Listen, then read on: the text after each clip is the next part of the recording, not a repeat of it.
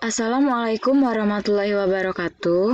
Saya Nurhaliza. Sebelumnya saya mengucapkan terima kasih kepada dosen pengampu mata kuliah praktikum Teknologi Informasi dan Komunikasi, karena pada kesempatan ini saya akan menyampaikan mengenai pencatatan transaksi akuntansi perusahaan dagang dengan menggunakan aplikasi Mayop.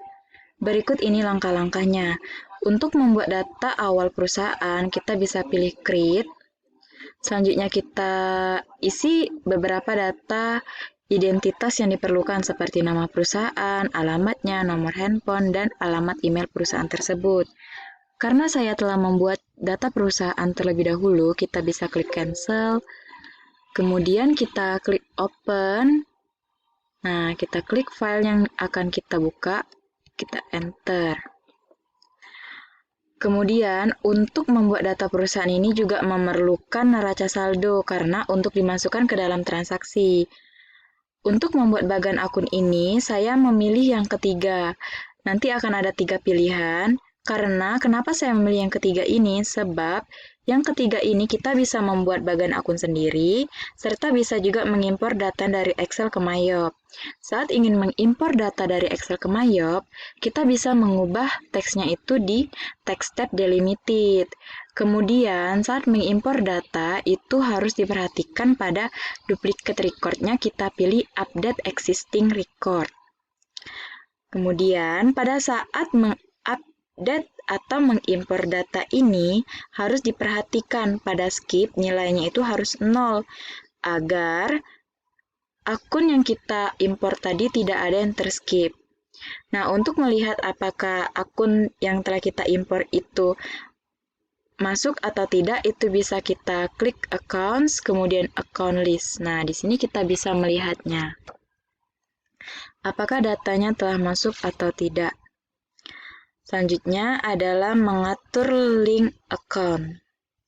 Untuk mengatur link account ini, bisa kita klik setup, kemudian linked accounts, kita klik satu per satu. Nah, di sini bisa kita linkkan.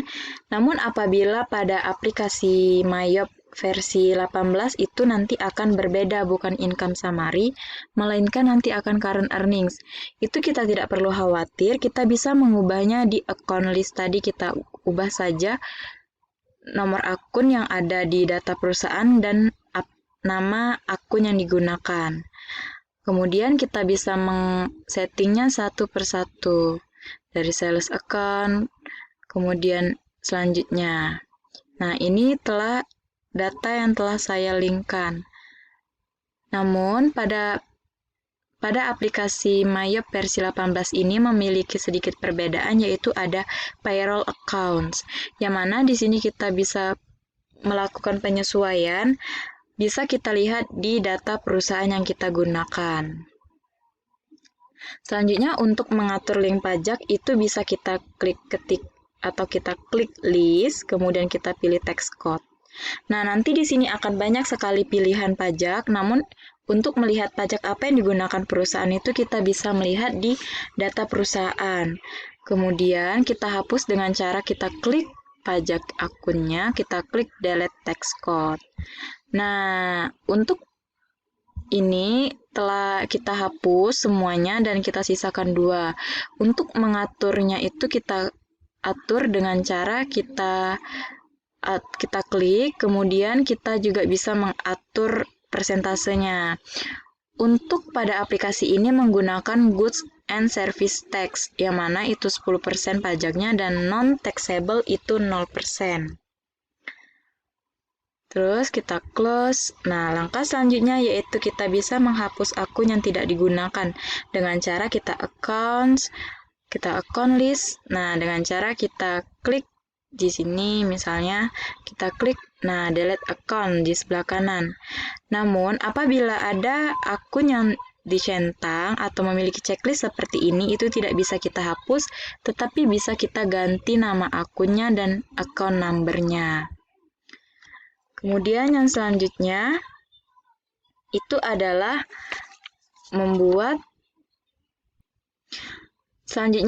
membuat buku pembantu. Hal yang kita lakukan adalah kita pilih card file, kemudian kita klik card list, kemudian kita klik new nanti.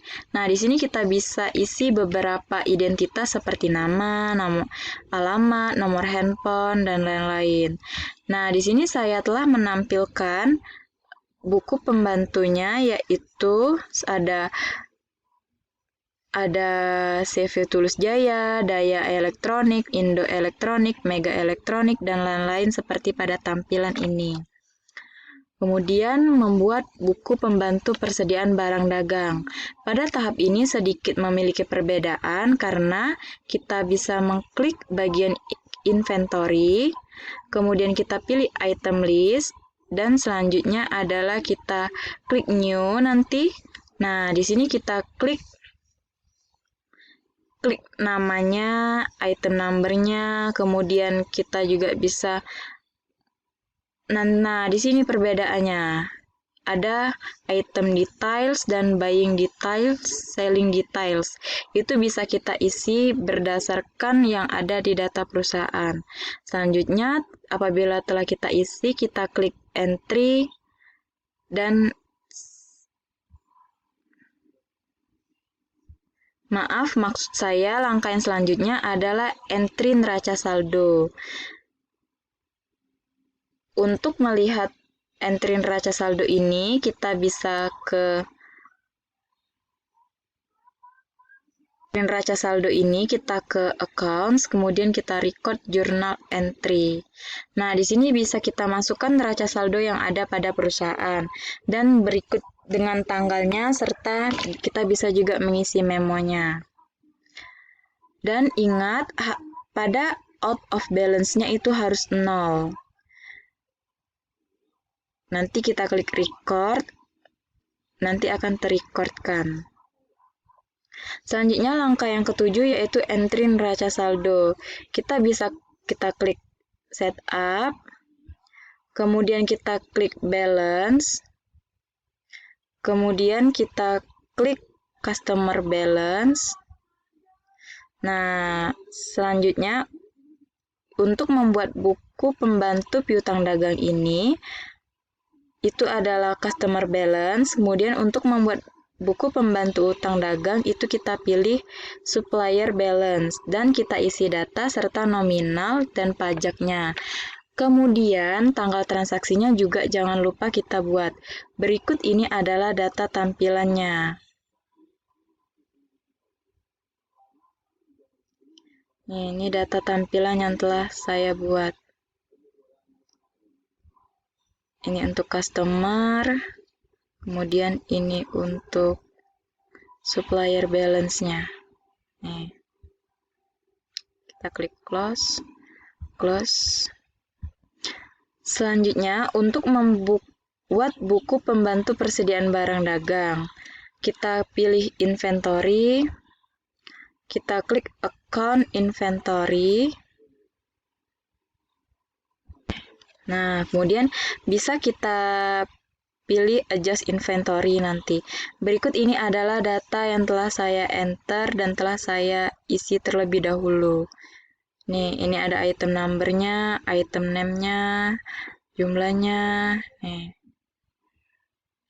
Jangan lupa tanggal transaksinya ini diisi, karena setelah diisi nanti kita record. Selanjutnya adalah mengatur metode pencatatan yang sesuai yang digunakan pada perusahaan kita.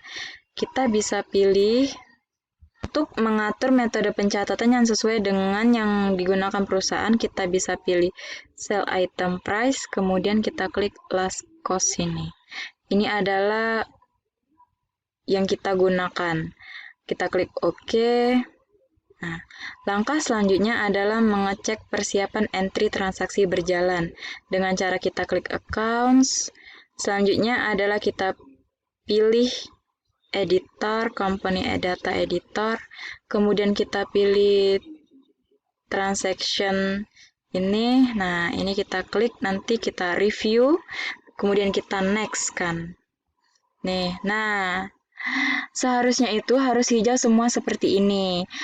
Karena saya melakukan kesalahan pada saat ada di satu transaksi itu salah, kemudian akan berdampak semuanya. Kemudian kita next, nih kita finishkan, kita run review. Nah, seharusnya ini harus semuanya itu adalah tercentangkan. No. Nah, kemudian berdasarkan transaksi yang ada,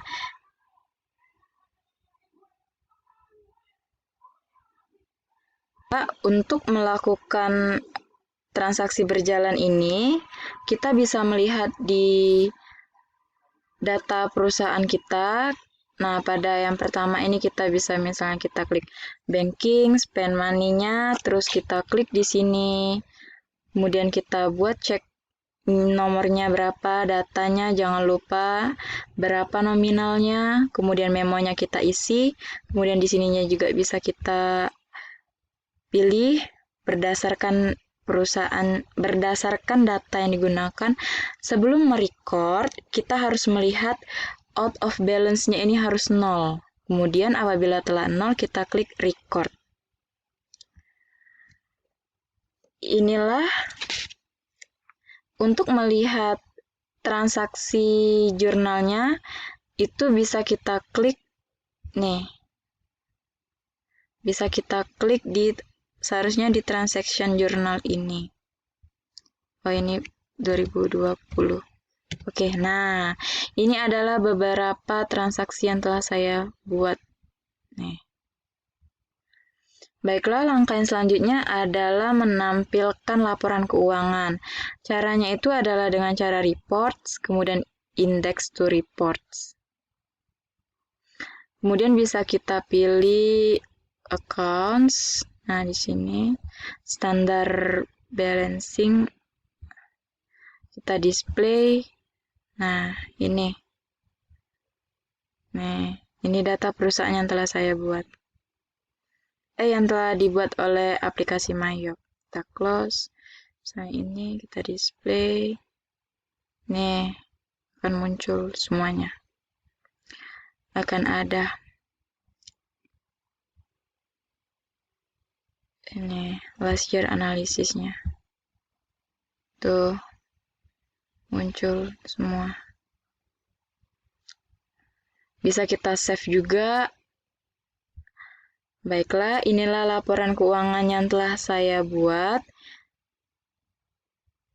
Nih, yang tadi yang telah saya buat, kita klik close.